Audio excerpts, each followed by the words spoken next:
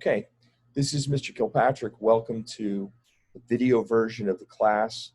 I know some people had some difficulty getting into our little chat on Zoom. So what I thought I would do is I'd make a video version of this. I didn't want to record. I have the ability to record what goes on in the meeting, but my biggest concern with something like that is I don't want someone to lose their privacy. If they make a comment in class, I don't necessarily want them to worry about there being a recording of a comment they made, especially in this day and age where people can take, manipulate images and do whatever. Not that anybody in the class would, but as a best practice, I didn't think that it was the smartest idea.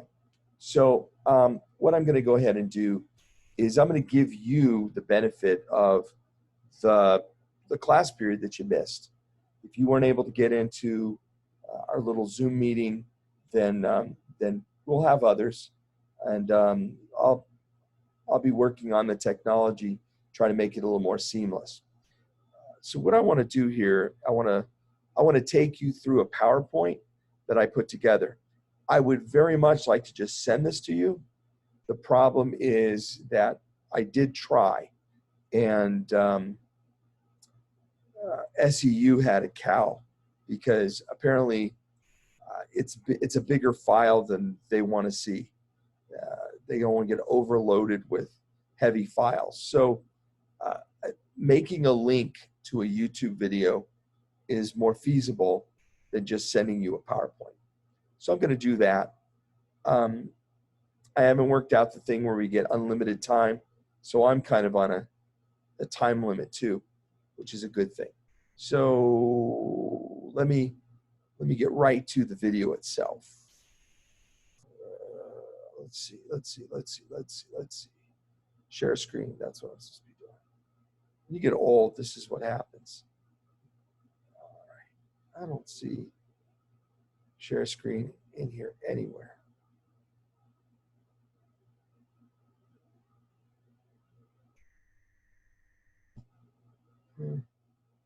Ah, now I see it. Okay. We go here. So, and then I'm going to bring up, that's it. And then this thing would obviously have to be in the way. Great. God, I gotta love this technology. Somebody has to.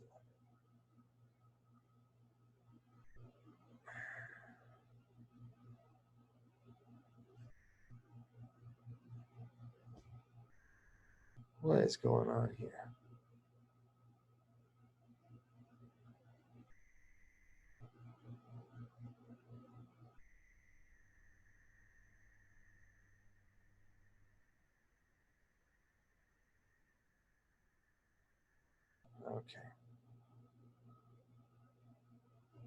Okay. We're about to find out what this actually does. On the front of this, there should be.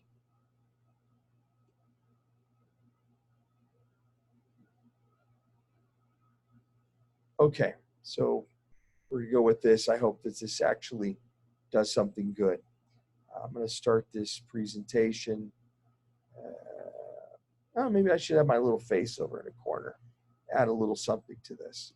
Okay, so the chapter 2, unit 2 is criminal liability and the essence of crime. Those are actually two concepts that are related.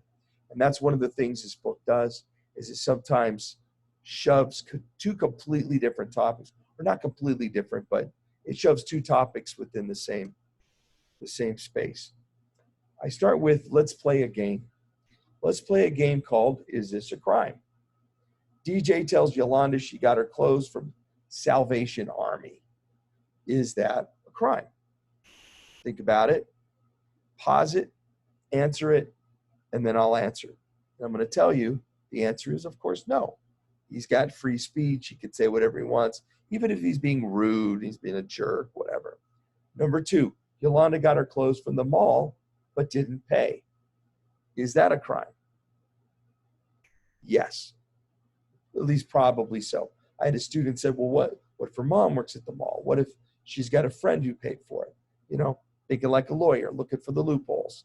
Excellent. But in all likelihood, yeah, she stole it. Number 3, Mike fell asleep at the wheel and hit a parked car. Is that a crime? Yes and no. I mean, there is an actual crime on the books called driving while drowsy, or driving drowsy, or drowsy driving, depending on the jurisdiction. Most of us have never heard of anybody actually getting a citation or anything for that. I don't know. I've never had a case with a client who had to defend that.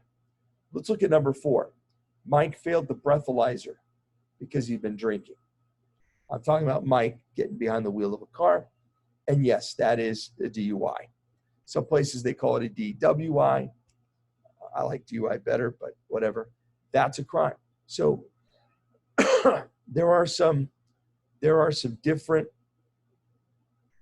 scenarios. And I wanted you to play with that, because there are a lot of decisions you make in life, some of them good, some of them bad. They're not all crimes. And so the question is, what is criminal liability? And first of all, we need to deal with the definition. It's the degree of blameworthiness assigned to a defendant.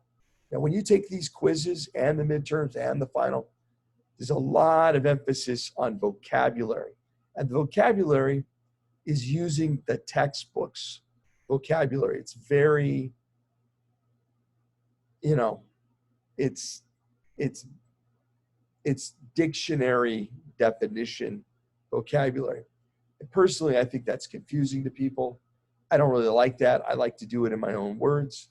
But if you do it in your own words, you're going to fail these tests, because they are very much interested in specifics. So where possible, I use the exact same terms that the book does, because that really will get you a lot of mileage on the quiz. So criminal liability is a term that means the degree of blameworthiness assigned to a defendant. And like so many of the definitions, it leaves you wondering, what did I just say? Okay, well, the criminal law punishes people for their crimes. And obviously, the worse the crime is, the more the punishment is. There are a lot of good and bad decisions people make. Thanks. Anyway, but when we're talking about criminal liability, we're looking at the degree to which you're going to get fried for a decision you made. You're going to go to jail. You're going to go to prison. You're going to get a fine or a penalty, a ticket, whatever. All of that comes at you because a liability is attached. Just like if somebody sues you because maybe you drove your car and you hit their mailbox, or when I was a kid, I hit a ball in the street and it went through a window. That's civil liability, and it has to do with damages. There's such a thing as criminal liability, where you're basically on the hook for whatever punishment they want to throw at you. Now, the thing to look at here is, here's the definition, and they've given it to you: the degree of blameworthiness assigned to a defendant. And you got to keep that in mind. Somehow you got to translate that into ordinary human being speak, because some of these definitions, you sound like a robot, and I would do it differently, but I didn't write these quizzes. The next one says, which one has criminal liability? And then on the left, there's a scenario. On the right, there's a scenario. And what I want to do here is, it's kind of an either or. One of these is going to get the criminal liability. You crashed your car because you were tired. Or you crashed your car because you were drunk or high. Which one's getting the criminal liability?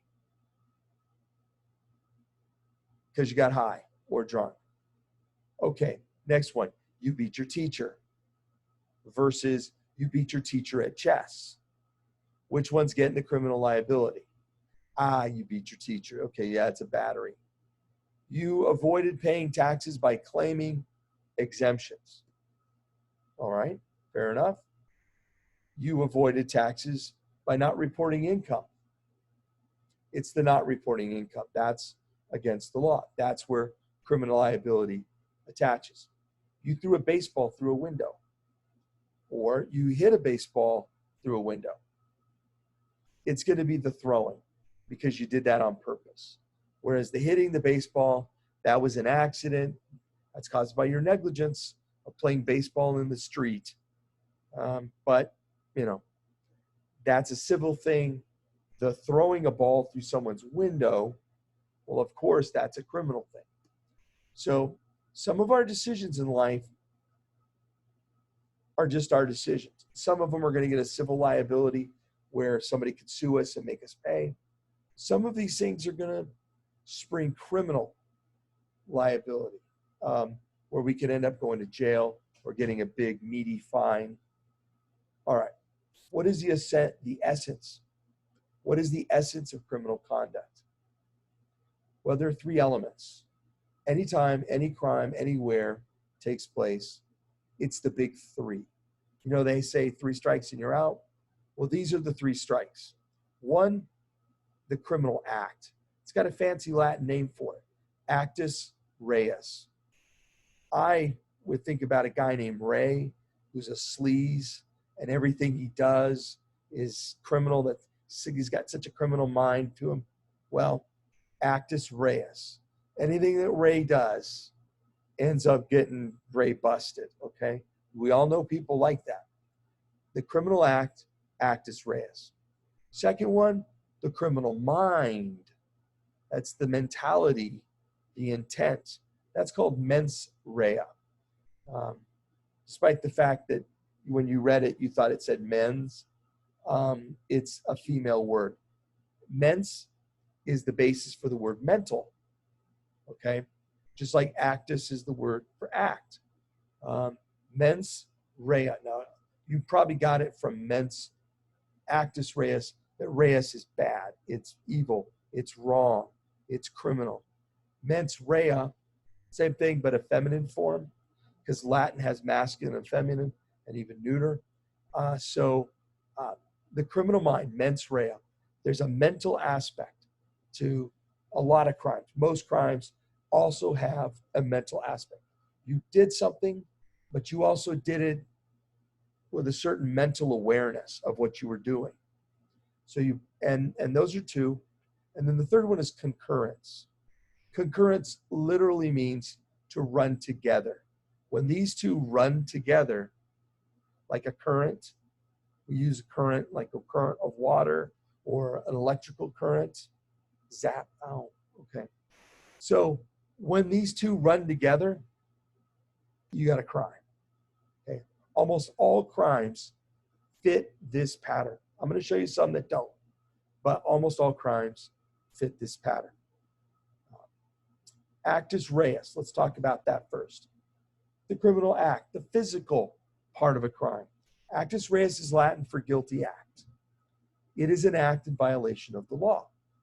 So the law says, don't, and you go, well, I'm going to do it anyway. You have committed the actus reus part of a crime. In other words, you've committed the physical part, the guilty act. You broke that rule. But we're not home yet. There's more to it than this. You've got to have the mental element too. Before we get into the mental element, though, let's get a little bit more seeped into the physical side, the act. What constitutes an act? An act can be anything, any action.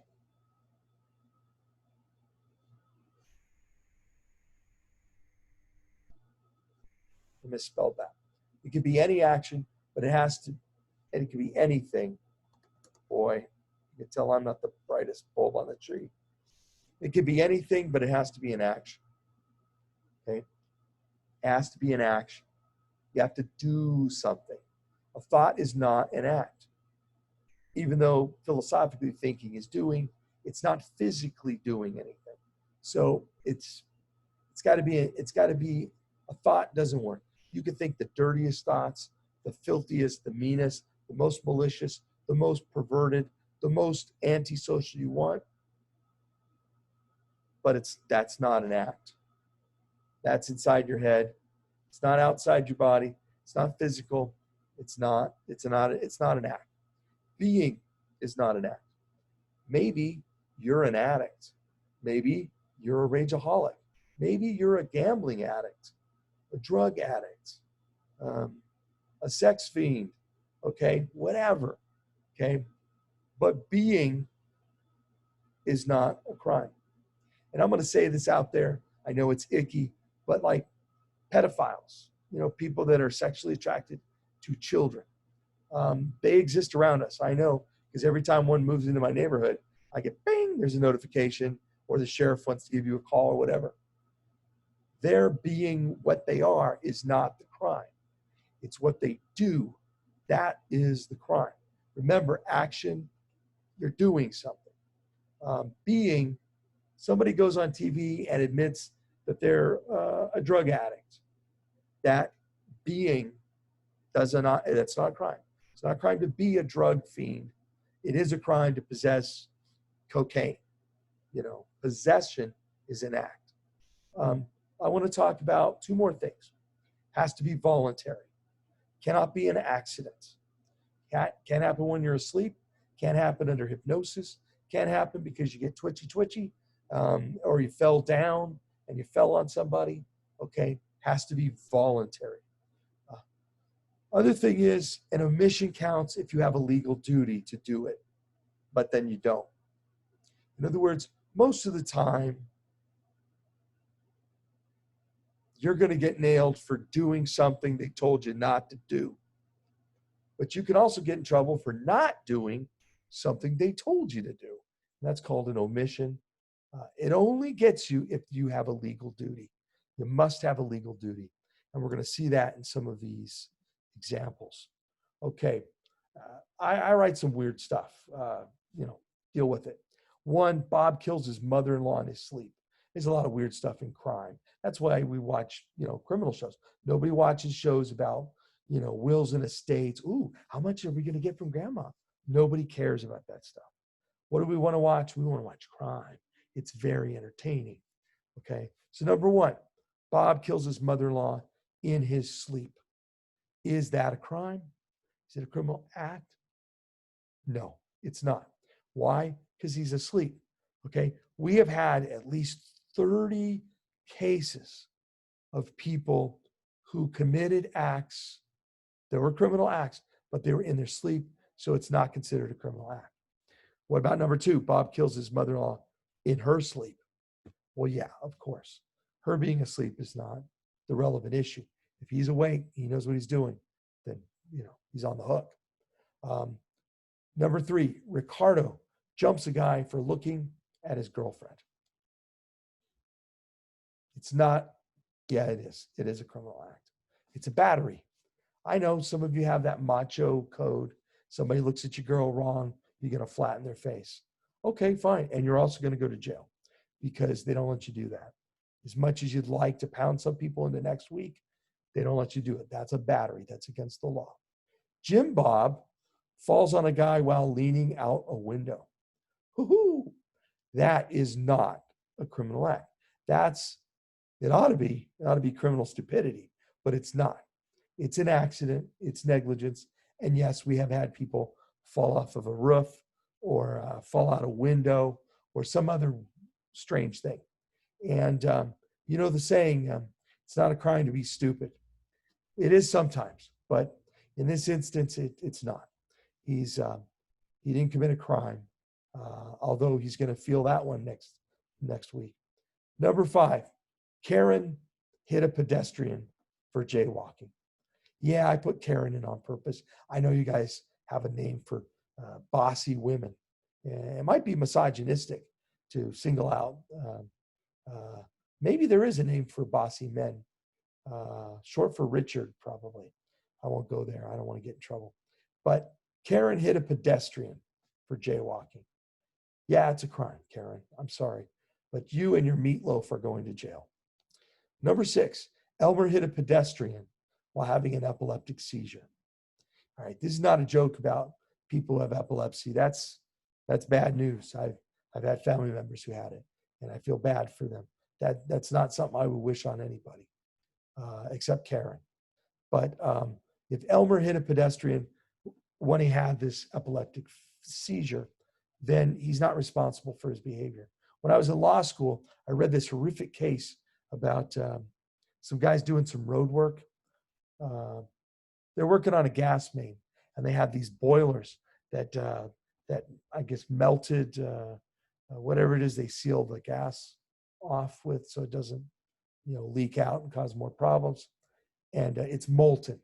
And this guy had an epileptic fit, and it ran right through those little sawhorses that they'll put out there that's really not going to stop a car. Well, this guy's vehicle went right through that, hit the guy, and he went through the air like Wile E. Coyote. And then he hit the thing that was turning this into lava, and it went through the air, and it came down. And when it came down, it hit the guy, and he burst into flames. And a number of us laughed or smirked and got in trouble, because this is a human being we're talking about. It really did happen. It really does happen. If you are an epileptic, they take your license, just so that doesn't happen.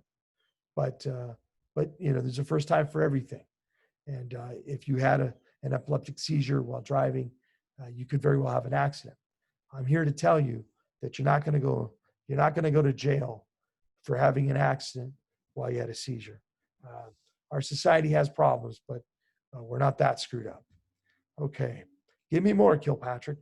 1, Derek was a gatekeeper at a railroad crossing. Dude decides to go to lunch. He left the gate open, and a hay cart crossing the line was hit by a train. Criminal act? You betcha. But he didn't do anything. That's the point. He had a legal responsibility to do his job, and he abandoned it, and that people got hurt because of it. So yeah, this actually happened a while back. Number 2, parents of a small child didn't give him medical attention because they thought their faith would save him, but he died. Yeah, this happens. There are various churches where they teach people that everybody prays. I mean, who doesn't pray? Even the noted atheist Christopher Hitchens, when people wanted to pray for him, he allowed it. He died anyway, but I'm not going to make a comment about that. But people pray all the time. I'm talking about a family where they said, we are not getting anything. We're not going to get any kind of medical attention because we have really strong faith. If we go to the doctor, it shows a lack of faith. And they thought that, God wanted them to pray it out. And the kid died. And they got charged. They did get charged. Now, there have been cases where it flipped, where the courts are supposed to bring that to the jury and let the jury decide. But you're going to get charged. If you let your kid die because you did not get medical attention, you better start saving up your bond money because you're going to get arrested. Let's see. This guy fell asleep smoking. He woke up to the room on fire, but instead of putting it out, he went to sleep in another room. That happened 1906, 1907, really did happen. And they really did charge him with some crime I've never heard of, but something to the effect of causing mayhem or causing destruction or something like that. Number 4, some guy put cyanide in his mother's drink and she died, but not from the poisoning. It was from a heart attack. So is he guilty of something? Of course he is. Attempted murder. Well, why not murder? Well, because it was the heart attack that killed her. Not this guy's cyanide in mommy's drink. Takes all kinds, doesn't it? More cases involving actus reus. Mr. Kilpatrick made a voodoo doll because his math teacher gave him an F in algebra, and she ended up taking a sick day afterwards. That's true. That's actually true. I don't think that I have voodoo powers, but I did exercise my right to voodoo. This math teacher, she gave us a test, and the answers didn't all fit on the front. She had answers on the back. She did not tell anybody that there was a second side to this math test. I got everything right on the first side, and then I didn't flip it over. I didn't know I needed to. I hated math. I was glad to be done with the test. I was the first one done. And then come to find out I got a 54F because I didn't do any of the answers on the back side. I asked her if I could retake the test, and she said no. And her logic, I love this, her logic was, you've already seen the test. To which I replied, I'm pretty sure I haven't seen 46% of it. Anyway, I made voodoo dolls, and then she took a sick day. And unless she was like creeped out about me making voodoo dolls, which is really, admittedly, a disturbed thing to do, but I was immature. All right, that's not going to fly because we don't recognize voodoo. Maybe some people do. There are people who believe in voodoo, but we don't recognize this. There's no connection. There's no actus reus. Bob was showing Rick his knife when he when he stabbed Rick during an epileptic seizure. Is that an actus reus? No, epileptic seizure was involuntary. Number 3, Angie was in an accident but refused to swap insurance information. Angie must be sisters with Karen. That's all I can say. Yeah, that's against the law. You have to. You have an affirmative duty, a legal duty to do so. And if you don't do it, you're going to jail. A police officer stood by and watched as a bouncer kicked a man to death. Yeah, you're going to jail too. Why? Because you're a cop. Police officers are supposed to protect the public. If they see somebody killing somebody, they're supposed to intervene. They're not supposed to just stand around. Now, if it happened before the police officer could do something about it, that'd be a different story. But if he just stood there, he's sworn to serve and protect. And so he should have done so. If you and I standing there, that'd be a different story because you and I are wimps. Okay, we don't put our lives on the line every day of the week like police officers do. And nobody expects us to stop some guy from kicking another guy to death. But we do expect it from police officers. You're probably wondering, what's he doing now? What's he doing now? I'll tell you what he's doing.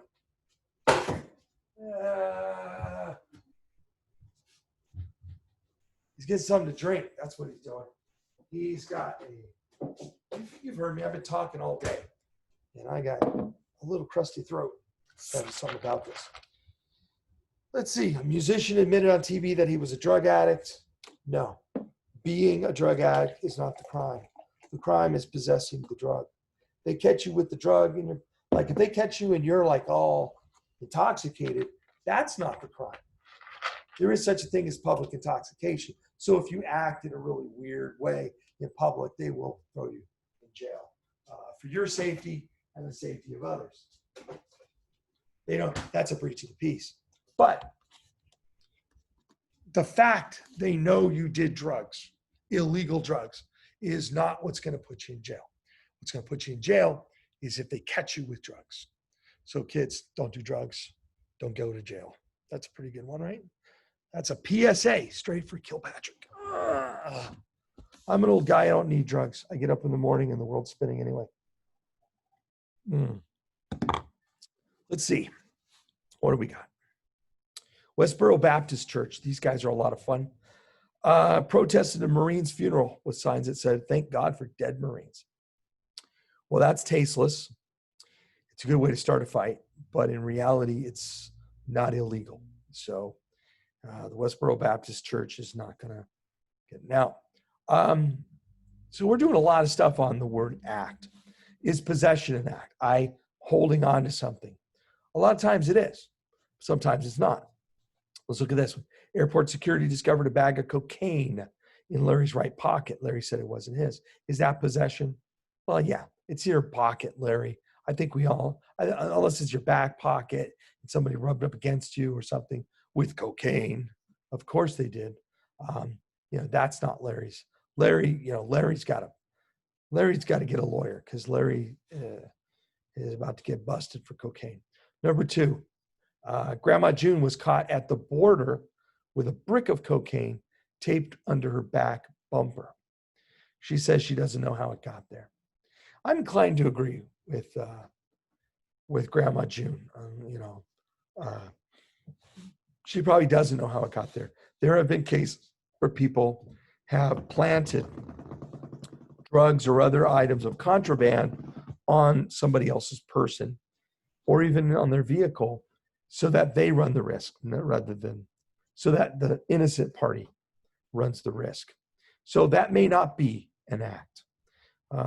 Number 3, Tommy was riding shotgun in a car. You know what shotgun is, right? You're right across from the driver. It gets pulled over. When everybody gets out, police found a marijuana joint. It was on the floor of the back seat behind the driver, which is it's not impossible for Tommy to have dumped it there, but we would not think of Tommy as the first person involved. Now, when I was practicing, the basic rule of thumb was if it's in the car, everybody in the car it's everybody's. Because what will happen is when the police pull people over, people take stuff out of their pockets and throw them around they throw them in places, or they leave it on the seat. They try to say that's not mine, that had to be his. Well, in Florida, at least the last time I looked, it was they would just assume, and it became a rebuttable presumption. But I don't know. We don't know. But it's not as likely that Tommy possessed it. If he was a distance away from it, and other people are more likely to be chargeable with possession on that. So let's leave that one fluttering in the wind and just say we don't really know. Tommy was driving as Dickie and his pals smoked a marijuana joint in the back seat, passing it back and forth. Tommy had nothing to do with it, but knew what was going on back there. Could that be possession? He doesn't even have it. It's somebody else has it. The problem is it's his car. My house, my rules. Well, if you let people possess drugs in your vehicle and you can see it, like they're smoking or snorting or doing whatever it is they're doing, the more we can show you knew about it and you had responsibility for the vehicle, the more likely we're going to get you with something called constructive possession. And that's an issue that they talk about here. So there's knowing possession, there's mere possession, both of which are actual. There's another one, a fourth kind, constructive, where if you had it for long enough, or maybe you didn't physically have it, but you had enough control over the situation that they can basically put that out there and say you did it. So if I were you, I wouldn't pick up people who are druggies and put them in my car. And if they're going to smoke that dope, you better make sure they don't do it in your car. Otherwise, you might be going to jail. Which omissions are criminal? 1, a homeless guy asks for money and you tell him to get a job. So you don't do anything for the homeless guy. That is not criminal. It's just not very nice. It's, you see someone down and out, they ask you. Sometimes you got to say no, but you don't have to be a jerk about it. Number 2, you're drafted, into the military, but you refuse to go. Is that a crime? Yeah, it is. Well, wait a minute. You didn't do anything, but you had an obligation to. You had a legal duty to do it. So by not doing it, that's an action. Number 3, you see a bank being robbed, but you fail to do anything about it. Well, the answer is it's not criminal because you don't have legal authority. You don't have the legal responsibility. That's, you could call the police. That would be a good thing to do. I know snitches get stitches, but, are you a criminal? Is that the way you want to go through life? If you see a bank being robbed, it is not your responsibility to jump in and try to prevent the robbery. That would be a very foolish thing to do. Number 4, You see a child abused, but you don't report the abuse. Yeah, that happened at Penn State. The head coach, what's his name? Head coach, Penn State, Sandusky. Sandusky was taking showers with boys and doing things that will get you put in prison. Word of it began to go up the chain of command, and everybody did a little bit, but nobody told the cops. Nobody picked up a phone and called the police, and nobody wanted to be responsible for taking down a legend. Sandusky was a legend at Penn State. Penn State's a real football school. It's a religion over there. They are really into their football. I was going to say he's in prison. Is he in prison or did he die of a heart attack? It's always some of these times, these things go both ways. I don't have time to look it up. You can if you care. But you have a duty to report child abuse. And if you don't, well, then you're fried. Okay. You cannot just let it happen. Number 5, you fail to report or pay your taxes. You have a federal obligation to report your income and to pay your taxes. So, yeah, not doing it will get you busted. Should this speech be protected? Speech can be an act. Sometimes it's covered by the First Amendment, freedom of speech. Here's one. You pass the bank teller a note that says, put the money in the bag. No, that's called robbing a bank. Number 2, you call Trump or Biden, depending on your politics, the dumbest guy in politics. I think both have said it about the other one, which is nothing new in politics, right? But a name call, like name calling, is that protected speech? Yeah, it is actually. We'll allow that. We're going to allow it. Number 3, you say somebody should kill the president. You're going to jail. There's special provisions in the law. Secret Service conducts a lot of meetings with a lot of stupid people. Never say the words, somebody should kill this guy. Not about the president of the United States, because you can go to jail for that. It's a threat. It's a little different from a normal threat where you do it in someone's face. You do it. This is almost comes across as theoretical, but he is the president. So that has to be dealt with. Number 4, you make public classified top secret information. If you divulge, if you reveal stuff that's by law has to be kept secret, yeah, you're going to jail. You incite a riot. Let's burn this mother down. Okay, you're going to jail. You make a cartoon suggesting Trump goes on dates with aliens. You're not going to jail. That's protected. You can say whatever you want to say. It can be the most tasteless thing you want to say. But if it's not, there's no imminent danger. It's just, embarrassing or, disrespectful, then, you're protected. You strike up a conversation with a police officer to distract him while your friend robs a house. You're going to go to jail. That's obstruction of justice. You're trying to prevent the police officer from doing justice. That's obstruction, and it's against the law. You talk someone into killing themselves. We had a very weird debate, I think just this last year, where there's a young man. He was feeling blue. He thought about killing himself. He hooked up his car with a gas tank and a hose going through the window.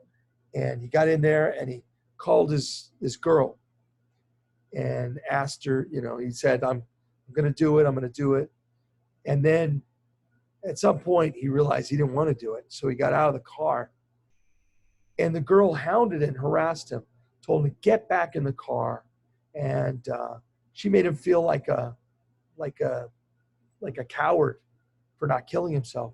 And she was so persuasive that he went back in the car and, of course, died as a result. Her attorney was claiming freedom of speech. It didn't get her very far. You are not allowed to start a riot. You're not allowed to threaten. And you're definitely not allowed to nudge somebody into suicide. What is a criminal mind? They were going to This is the second part. So first part is a criminal act. Second part is the criminal mind, the mens rea. The criminal mind or mens rea literally means guilty act, guilty mind, and refers to the specific mental state that an individual must possess to be legally culpable. It's not enough to violate the law. Conduct is behavior and the accompanying mental state. You have to have a certain degree of awareness and intent to what you're doing. It can't just be you broke it, you're going to buy it. Okay. Old school intent. If you went back to the common law, there were some things they had to make a distinction between. A common law, two forms of mens rea were recognized. There was general intent and specific intent. If you intended to cause the outcome, then that was specific intent. And they could get you for murder. You do something and kill somebody, and that was what you intended to do. Good job. Congratulations. You're going to prison, or we're going to hang you, or whatever. You had specific intent. If you intended the action but not the consequence, you had general intent. You intended to do it. You just didn't intend it to, result like that. That's general intent. And that was the difference between murder and manslaughter.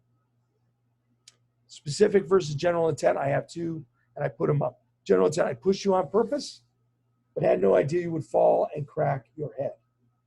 Well, you're going to be in trouble, but that's general intent. On the other hand, I pushed you off a cliff, and I knew you wouldn't bounce, if you know what I mean. Okay, that's specific intent. You specifically intended to kill the person. All right, we're getting into mens rea, and I'm telling you, as far back as the common law, they were getting into some of these weird questions about what is or isn't mens rea, or what, specific versus general intent. What is not mens rea? We need to talk about what isn't mens rea. One of these is called scienter. Okay, this is specific knowledge you have to have in order to commit certain crimes.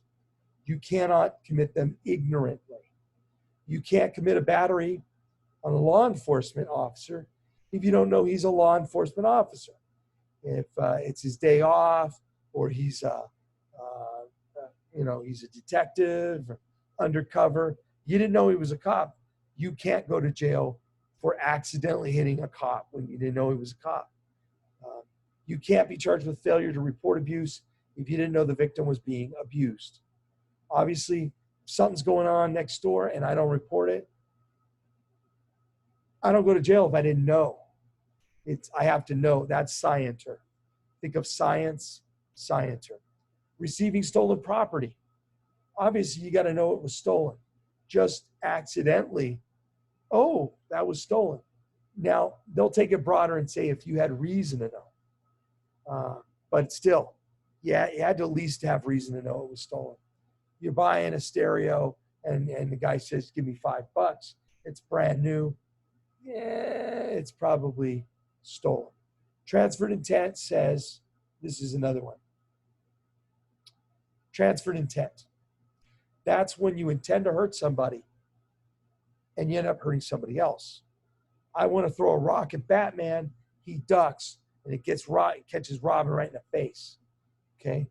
Well, guess what? Yeah, I get in there and I go, I didn't mean to hit Robin. Well, of course you didn't, but you meant to hit Batman. You're just either not a good pitcher or he's not a good catcher, right? So it hits Robin. We're going to transfer the intent from this evil act to this evil act. You're going to jail. The model penal code. The MPC was created by lawyers, judges, and law professors. It's a model that states can copy or alter if they want. What happened is they saw the law and they realized, oh, this law is really screwed up. We really need to promote reform in the law. We want the law to make more sense. We don't want to have this patchwork. I'm over in Nevada, now I'm in Utah, now I'm in Colorado, now I'm in Arkansas, and it's like, worlds apart. So they created the model penal code. And according to these lawyers, judges, and scholars, this is a better way to do it. So here's a model. A state is free to adopt it or reject it, or adopt a little bit, or change it to meet their needs. So it's not law, it's a model that can be used. It sets up 4 types of intent, and it's been very influential. Here are the 4 types.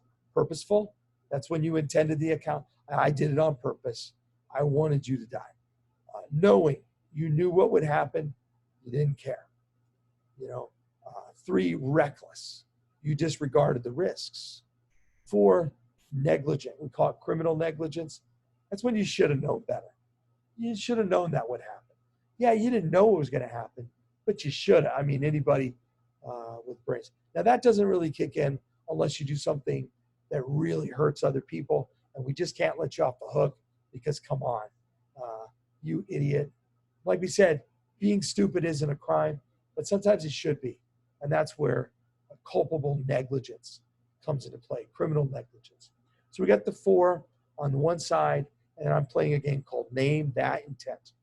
1, you killed Paul Walker when you crashed your Porsche doing 100 miles an hour in a parking lot. That actually happened. Paul Walker was one of the main characters in the Fast and the Furious. Somebody wanted to impress him, so they got in the car, and this guy sped out, and he was doing 100 miles an hour, and then he hit something. It was a tree or a pole or something, and it was horrific. I don't want to go into the gory graphic details, but what is that? Purposeful? Do you do it on purpose? Knowing, yeah, I'm going to hit something. Reckless. There's a danger, but I don't care. That's what it was. Number 2, Snape killed Dumbledore. He zapped him.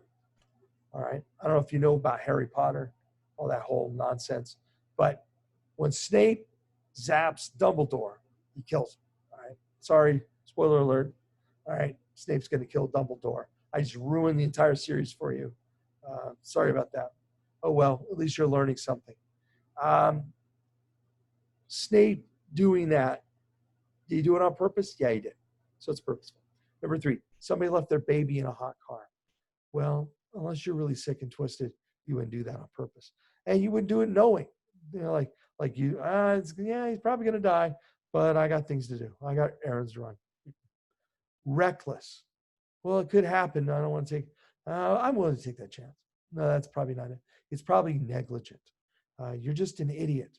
And unfortunately, you killed your baby. And those are the most heartbreaking cases.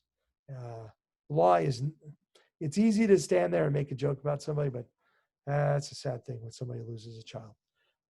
Strict liability doesn't require criminal intent.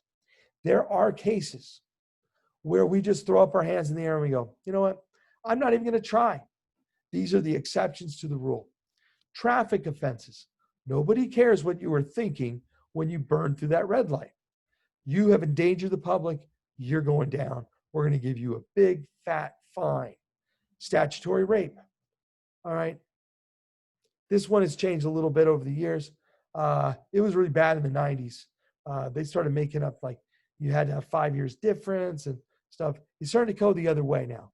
And we're even realizing, hey, you could be 21 years old and maybe this old geezer who happens to be a big shot where you work, maybe they shouldn't be dating you, when you're like that young. Maybe that's not really, maybe the age of consent should be a little older than that. But we're talking about the criminal law. And as it is right now, 18 is the cutoff. You have sex with somebody at 17 and a half, you're busted. We don't care what you're thinking. We don't care what she looks like when she wears that dress. We don't care if she lied to you and said that she was 30. We don't care if she got a fake ID and you couldn't tell. If you have sex with someone younger than the age, and in like New York, it's 17. But if you do it before the age of consent, you're going to jail, maybe prison. Sale of misbranded items. This happens all the time. I hear about this on Amazon, and I hope it's not happening, but I kind of have a feeling that it's happening on a lot of these sites. Somebody makes up fake versions of something. When I was a kid, they had fake Rolexes. Now they make fake versions of everything. If you sell something that's a fake version, we don't want to get into whether you knew it was. That's not our problem. That's your problem. So they give you a strict liability on that. Possessing a motor vehicle with an altered serial number. Again, we don't want cars stolen, and we're gonna get you if you're running around in a stolen car. Operating a car with a burned out taillight. Again, it's a traffic citation. It's not the biggest thing in the world. Canons of construction. These are rules that guide courts in interpreting constitutions, statutes, and other laws. They've got to have some, like, what do you do when you're trying to figure out how to read the law? Because sometimes you can read things two different ways. So what do? Well, there are a bunch of these. You don't have to know any of them. There's a canon of presumptive constitutionality that says, I'm going to read that law using an interpretation that would make it constitutional. If you got a law that could be unconstitutional, I'm only going to read it in a way, I'm going to read it in the most constitutionally sound way. Another canon requires that criminal statutes be treated or interpreted narrowly, and if possible, in a defendant's favor. They make a law and there's some ambiguity. I'm sorry. We're not putting people in jail or prison over ambiguities. If there's an ambiguity, that's the problem of the state. So we interpret laws very narrowly because a law is really giving power to the state to go ahead and arrest you. Another canon requires that criminal statutes are to be interpreted narrowly. I already said that. Yet another requires the plain meaning of laws to be enforced without further interpretation, unless a plain meaning understanding is absurd. So if there's a plain, I'm reading this thing and it makes sense just reading it plain, I don't have any business trying to make up some Mickey Mouse, other way to read the law. Now, which of those do you have to remember? None of them. All you got to remember for this quiz is canons of construction. Know that we're talking about how you construct, a canon is a rule. So these are rules of construction on how to make sense out of a law. What if a statute isn't plain? Well, first you look at the common law, right? Then you look at relevant case law. Like when this case, when this thing went to court and judges had to deal with it before, what did they say? Similar statutes. Maybe other states also have a statute like this. Looking to the law of other jurisdictions. How does Texas handle this? How does Georgia handle this? How does New York handle this? And you kind of compare notes. Check the legislative history. Debates, committee reports, meetings, statements, other evidence of what the legislature intended when it enacted the law. That's also important. All right, last one here. How does insanity impact the criminal mind? And the answer is there is no criminal mind, not if you're insane. Insanity is a mens rea defense, which is to say, sure, you could break the law, but you're not criminally liable because you lack the mental capacity. We're not going to punish a brick. You have to understand what's going on. You had to be in your right mind at the time. Otherwise, it would be cruel. Insanity is a mens rea defense. It prevents the defendant from forming the necessary intent to commit a crime. So that's why the insanity defense is a legitimate defense. I know people make stuff up. I know all kinds of crazy things happen. But insanity is a legitimate defense because if you lack mental capacity, how could you be guilty for this crime? All right, that's the entire unit. I just explained it to you, and I did it within enough time to record it on Zoom. So watch this. You're free to watch it more than once if you like. But I hope you got it, and I hope it helps you. And I'll see you on Tuesday. Yeah, I'll see you on Tuesday.